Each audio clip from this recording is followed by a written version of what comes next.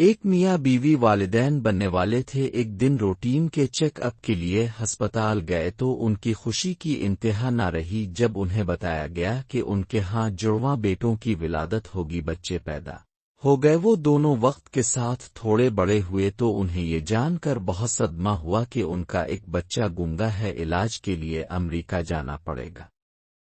دونوں نے دن رات محنت کی مگر اتنے پیسے جمع کر پائے کہ والدین میں سے صرف ایک ہی بچے کے ساتھ جا سکتا تھا، اس لیے ماں اور بچے کا ویزا لگوایا گیا۔ ایک دن وہ امریکہ روانہ ہو گئے۔ خاتون ایئرپورٹ سے سینٹرل پارک کی طرف نکلی، بچہ آگے بھاگتا جا رہا تھا کہ اسے کہیں سے 20 بال کی گیند سر میں آ لگی۔